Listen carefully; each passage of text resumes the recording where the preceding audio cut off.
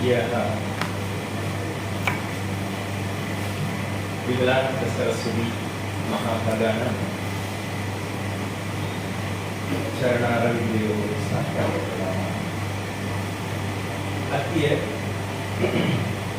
एतस्मिन् कार्यक्रमे मुख्य अतिथिरूपेण विराजमानः राय बिहारी महोदय तथा संस्कृत सेवायां बद्धचित्ताः भ्रातरः भगिन्यः अन्ये कार्यकर्तृबान्धवाः सर्वेषां मम सविनय प्रणामः। वयं संस्कृतभाषाम् इच्छामः, तेन कारणेन एव तां पठामः।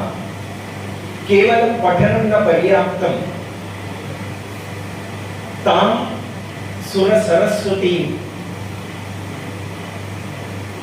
जनसमक्षं नयामः इति व्रतं स्वीकुर्मः। तद्वारा संस्कृतभारत्याः कार्यकर्तारः स्मः। किमर्थम् अस्माभिः कार्यं करणीयं तद्विषये अस्माकं सर्वेषामपि अन्तरङ्गे विचाराः सन्ति एव। 1980तमे वर्षे संस्कृतभारत्याः यत् कार्यम् आरब्धं तदा या परिस्थितिः आसीत्, अद्य परिस्थितिः तु भिन्ना। तस्मिन् काले तादृशम् आसीत्, संस्कृतेन सम्भाषणमिति एकम् असाध्यं कार्यम्। अद्य तथा नास्ति। संस्कृतेन सम्भाषणं साध्यमस्ति, बहवः कुर्वन्ति। सामान्यतया कोटिशः जनाः अद्य संस्कृतेन सम्भाषणं कर्तुं समर्थाः सन्ति। देशे विदेशे अपि संस्कृतकार्यं प्रचलति। सामान्यतया 26 देशेषु संस्कृतभारत्याः कार्यं प्रचलति। बालवृद्धं जनाः संस्कृतेन वदन्ति।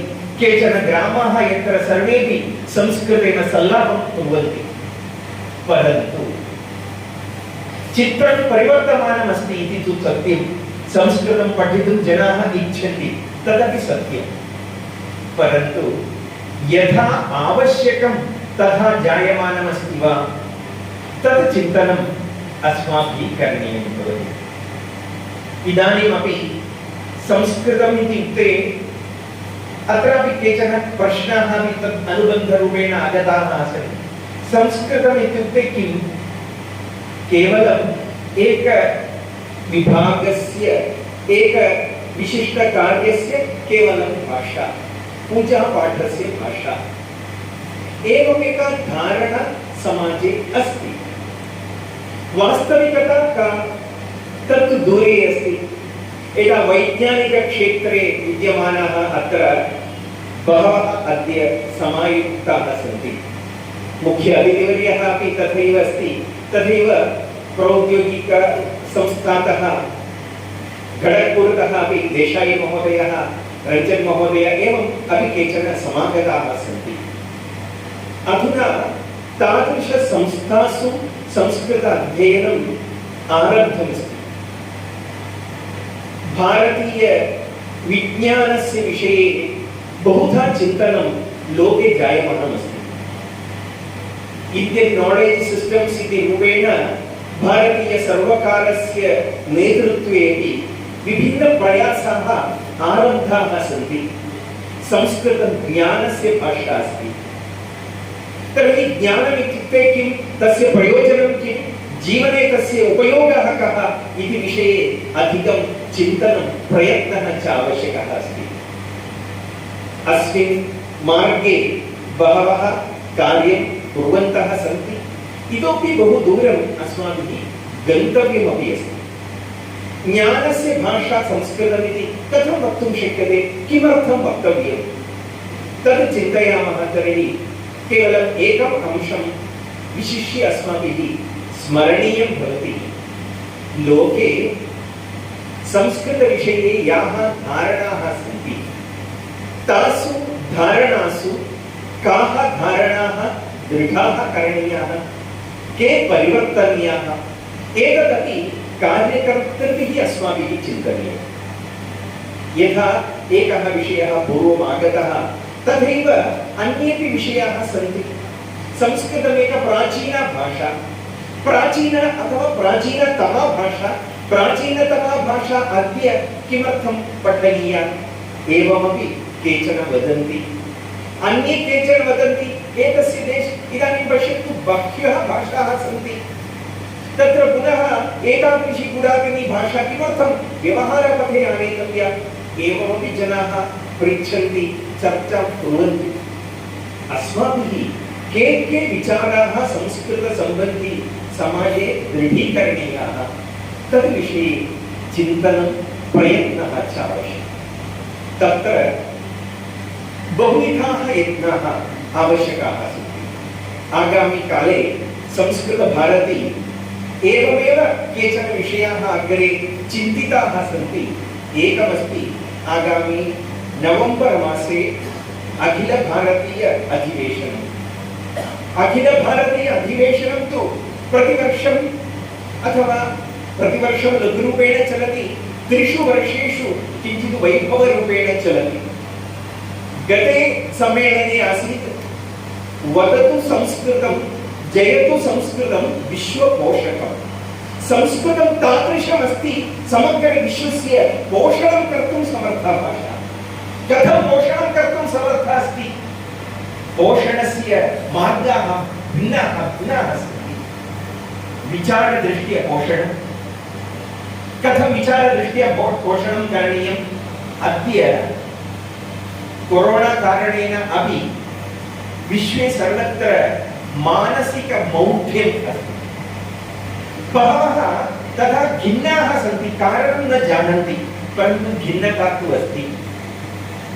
तस्य निवारणं कथं करणीयं सर्वेपि चिन्तयन्ति। आयुर्वेदे तदनुगुण केचन प्रयोगाः सन्ति इति आयुर्वेदतज्ञाः वदन्ति। तत्रापि मुख्यं कार्यमस्ति आत्मविज्ञानम् इति आयुर्वेदवैद्याः वदन्ति। तद्विषये चिन्तनं, तदनुगुण अध्ययनम्, एवमेव मनसः परिवर्तनं कर्तुं शक्यते। योगः अस्ति, आयुर्वेदः अस्ति, वेदान्तमस्ति। एतादृशानां सहयोगेन या मानसिकस्थितिः दुःखपूर्णा अस्ति तस्य परिवर्तनं कर्तुं शक्यते, उत्साहं वर्धयितुं शक्यते, सदापि आशा सहित जीवनं कर्तुं शक्यते, निराशातः जीवनं परिवर्तयितुं शक्यते इति वैज्ञानिकानां मतम्। अस्माकम् अनुभवः अपि अस्ति। अब्दुल कलाम सदृशः कथम् अभवत्, तस्य जीवनमपि वयं पठितवन्तः स्यामः। एकवारं जीवनस्य अर्थः नास्ति इति चिन्तितवान्, परन्तु नैव मया किञ्चित् साधनीयमस्ति इति विचारः मनसि आगतः। विवेकानन्दस्वामिनां पुस्तकस्य अध्ययनम्, एतादृश बहूनि कार्याणि तस्य जीवने अपि प्रविष्टानि। तेन सः न केवलं भारतस्य समग्रविश्वस्य अपि मार्गदर्शकरूपेण तस्य जीवनं परिवर्तितवान्। एवं बहूनि उदाहरणानि तस्मिन् मार्गे सन्ति। अतः अस्माभिः एकः मार्गः सः आश्रयणीयः। मनसः भावात्मकपरिवर्तनं कथम् आनेतुं शक्यते? रात्रिः गमिष्यति, सुप्रभातं भविष्यति, एवं नितान्तं चिन्तनम् आवश्यकं। तेन उत्साहः वर्धते, कार्यं करणीयम्। अपरमेकमस्ति, इदानीं एतेनैव सह विद्यमानः एव विषयः। लोके विभिन्नाः समस्याः सन्ति। तासां समस्यानां परिहारः संस्कृतेन शक्यते वा? एका समस्या अथवा क्लेशः एवमस्ति, समाजे महिलानां किं स्थानमस्ति? एतस्मिन् विषये फेमिनिसम् इति रूपेण पाश्चात्यविचारः कश्चित् अस्ति। ते किमपि कुर्वन्ति, पुरुषसमानं महिला भवति, भवितव्यं, एवं विविधप्रयासाः प्रचलन्ति, परन्तु सर्वेषु कार्येषु तत् साध्यं वा? पुरुषः पुरुषः अस्ति, महिला महिला अस्ति। वस्तुतया एकैकस्यापि एकैकव्यक्तित्वम् अस्ति, तद् व्यक्तित्वं ज्ञात्वा वर्धनीयं, तथा एव जीवनं सफलं भवेत्। भारते एक दर्शनमस्ति, अर्ध नारी ईश्वर संकल्पः। द्वयोरपि समानं पात्रमस्ति। समाजस्य उन्नति, जीवनस्य विकासाय महिलायाः अपि स्थानमस्ति, पुरुषस्यापि स्थानमस्ति, परन्तु तत् स्थानं किं, तद्विषये चर्चा पर्याप्तमात्रया अद्य न कुत्रापि प्रचलति। अस्माकं देशे आसीत्, परन्तु अद्य तथा न प्रचलति। अतः आगामी राष्ट्रीय अधिवेशने संस्कृतभारती चिन्तितवती, तत्र एक महिला सम्मेलनं भवेत्। महिला सम्मेलनम् इत्युक्ते किं, काश्चन महिलाः आगच्छेयुः, किमपि कृत्वा गच्छेयुः, न, महिलाः तादृश्यः आगच्छेयुः याः कार्यं कुर्वन्ति इति विना संस्कृतभारत्याः यत्किञ्चित् दायित्वं स्यात्, उत्तरदायित्वं स्यात्, उत्तरदायित्वं स्वीकृत्य समाजे संस्कृतप्रसाराय संस्कृतसेवनं कुर्वन्त्यः महिलाः आगच्छेयुः। यासां मुखे संस्कृतं भवेत्, तादृशाः आगच्छेयुः। हरियाणा राज्ये कुरुक्षेत्रायां तद् सम्मेलनं भविष्यति। तत्र एतादृशाः केचन विषयाः उपस्थापिताः भवन्ति। भारतीय स्त्री दृष्टिकोणः कः, भारतीय स्त्री कीदृशी भवति, कः संकल्पः अस्ति, एतत् किमर्थम् उपस्थापनीयम् इत्युक्ते विश्वे महिलायाः स्थानं किं, कथं भवितव्यम् इति विचारः उपस्थापनीयः। तदर्थम् एतादृशचिन्तनम् आवश्यकमस्ति। अन्यथा वयं जानीमः, बहुषु देशेषु एवमपि अस्ति, महिला वाहनं चालयितुं न शक्नोति, महिला उद्योगं कर्तुं न शक्नोति। इदानीमपि अस्ति, कालः न परिवर्तितः। अपरत्र स्वातन्त्र्यम् इति दृश्यते, परन्तु कथं व्यवहाराः दृश्यन्ते, यथा आवश्यकं तथा कुत्रचित् अधिकचिन्तनं कुर्वन्ति, तस्यापि आवश्यकता नास्ति। महिला दुर्गा अस्ति, तर्हि तस्याः सामर्थ्यमस्ति, तेन सामर्थ्येन ताः अग्रे गच्छेयुः, त्यक्तव्यं। परन्तु केचन विषयाः चिन्तनीयाः अपि भवन्ति। एवं प्रकारेण स्त्री विमर्शः, नरेटिव्, महिला विषये चिन्तनानि कीदृशानि भवेयुः, समाजे, देशे, विश्वे अपि एतादृशकार्याणि अपि संस्कृतभारत्या करणीयानि सन्ति। तथैव न पर्याप्तम्, इदानीम् अत्र वयं पश्यामः, युवकाः एव वर्गे सन्ति, उत्तमं चिन्तनम्, उत्तमं कार्यं, सर्वेषु क्षेत्रेषु युवशक्तिः अग्रे आगच्छेत्, तदा एव परिवर्तनं भवेत्। संस्कृतकार्ये अपि नूतनाः युवकाः बहुसंख्यया आगच्छेयुः। केवलम् आगमनं न पर्याप्तं, संस्कृताय जीवनं दातव्यं, जीवनेव दातव्यं। कथं दातव्यम्? अस्तु, मम जीवनं स्वीकरोतु, न पर्याप्तं, निरन्तरं क्रियाशीलजीवनम् आवश्यकं। संस्कृताय यानि यानि कार्याणि साधनीयानि सन्ति, महोदयः उक्तवान्, संस्कृते उद्योग अवसराः निर्मातव्याः। वैयक्तिकभाषणे अपि महोदयः उक्तवान्, इदानीं मम पत्नी संस्कृतेन सम्भाषणं कर्तुं पठति, अग्रे अहमपि पठिष्यामि। कथं संस्कृतसम्भाषणम् एक उद्योग अवसराः भवेयुः, तथा प्रयत्नं करिष्यामि इति महोदयस्य चिन्तनमस्ति। एतदर्थं प्रयासः आवश्यकः, निरन्तरं प्रयत्नः आवश्यकः। कः करिष्यति? युवकाः आवश्यकाः। विभिन्नमार्गेण तत्र कार्यं करणीयम्। इदानीं गूगल् मध्ये वयं जानीमः, तत्र सर्च् कर्तुमपि संस्कृतं शक्यते। संस्कृतेन गूगल् मध्ये बहु कार्याणि इदानीं कर्तुं शक्नोति इति स्थितिः आगता। एक्सिस् बैंक मध्ये यदि वयं धनं स्वीकरणीयं, तत्रापि संस्कृतस्य प्रयोगः शक्यते। एटीएम मध्ये, एक्सिस् बैंक इत्यस्य एटीएम मध्ये संस्कृतेन प्रयोगः शक्यते। पर्याप्तं वा? सर्वेषु कार्येषु संस्कृतस्य प्रयोगः भवेत्। विमानेन यदा वयं सञ्चरामः तत्र सूचनाः संस्कृतेन श्रोतव्याः, अवगन्तव्याः। ते तत्र विमानगगन सुन्दर्यः विमाने यः सन्ति ताः अस्माकं समीपं पृच्छेयुः, किं संस्कृतमहं संस्कृतेन वार्तालापं कर्तुं शक्नोमि इति ताः वदेयुः, ते वदेयुः। तादृशस्थितिः किमर्थं न भवेत्? भवितव्यम्। एवं प्रकारेण सर्वसन्दर्भेषु व्यवहारः संस्कृतेन साध्यः भवेत्। तथैव विज्ञानक्षेत्रे इदानीं समाजे विभिन्न समस्याः सन्ति एव। सर्वत्र अत्यन्तं प्रेशर्, सम्मर्देन जीवनं कष्टकरं जायमानमस्ति। मूल्यानां शोषणं सर्वेषामपि चर्चाविषयः अस्ति। मूल्यशोषणं जायमानमस्ति, कथं तस्य वर्धनं करणीयं? मूल्यं जीवने आवश्यकं, तत् क्रमेण समाजे सङ्क्रमितं भवेत्, समाजव्याप्तं, तत् क्रमेण देशव्याप्तं, विश्वव्याप्तं भवेत्। तादृशजीवनम्, आदर्शजीवनम् उपस्थापनीयं भवेत्। तदर्थमपि युवकाः आवश्यकाः। संस्कृतगृहाणि भवेयुः, संस्कृतमातृभाषा शिशवः भवेयुः।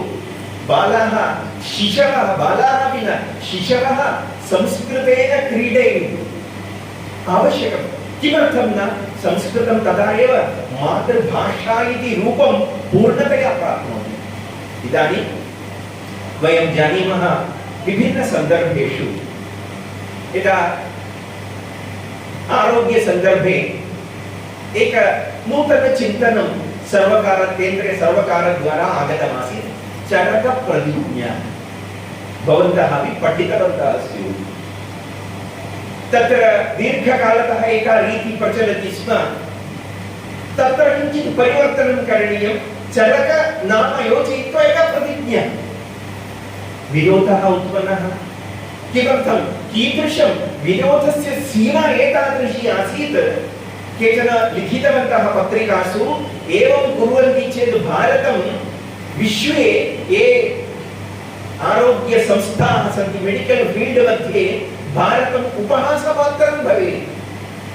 किं? चरकः किम् उपहासपात्रम्?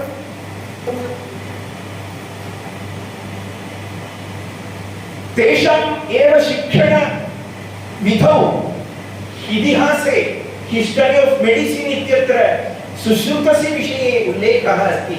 तत्रैव चरकः अपि अन्तर्भवति, सहयोगेन मिलति एव। तत्र भवन्तः लेखितुं शक्नुवन्ति, द फादर ऑफ सर्जरी सुश्रुतः, परन्तु चरकस्य नाम्ना एका प्रतिज्ञां कुर्वन्ति चेत् किम् अवहेलनं भविष्यति? स्वाभिमानस्य न्यूनता सर्वत्र दृश्यते। एतस्य परिवर्तनं करणीयं चेदपि युवकाः अग्रे आगच्छेयुः। ते एतादृशकार्याणि तथा आलिङ्गनं कुर्युः, तथा आत्मसात् कुर्युः, अग्रे गच्छेयुः, जीवने योजयेयुः। संस्कृतं मम जीवनम्। एवं जीवनं संस्कृतमयं कर्तुम् अपि युवकानाम् आह्वानं करोति संस्कृतभारती। जनवरी मासे एक युव सम्मेलनं मध्यभारते सामान्यतया भोपाल नगरे भविष्यति। सहस्रशः युवकाः देशस्य नानास्थानतः तत्र आगच्छेयुः। 3 दिनानि निरन्तरं संस्कृतविषये भिन्नभिन्नचिन्तनानि कुर्वन्तः कथं संस्कृताय मया कार्यं करणीयम् इति चिन्तनं कुर्युः, व्रतं स्वीकुर्युः, सङ्कल्पं स्वीकुर्युः, अग्रे गच्छेयुः। परन्तु एते युवकाः केवलं संस्कृतमहाविद्यालये संस्कृतं पठन्तः न, यत्र कुत्रापि ते पठन्तु, यत्किमपि पठन्तु, परन्तु ते संस्कृतमपि इच्छेयुः। संस्कृतमपि ते किञ्चित् वक्तुं समर्थाः भवन्तु, पर्याप्तं। कारणं कार्यमपि तादृशं करणीयं।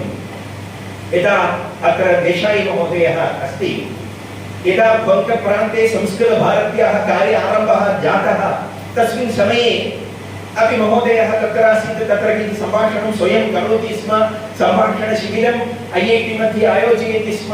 एवं भिन्नभिन्नप्रकारेण तत्र संस्कृतकार्यं वर्धयितुं प्रयासरतः आसीत्। अद्य वयं पश्यामः 6 IITs मध्ये संस्कृतम् एकविषयरूपेण योजितमस्ति।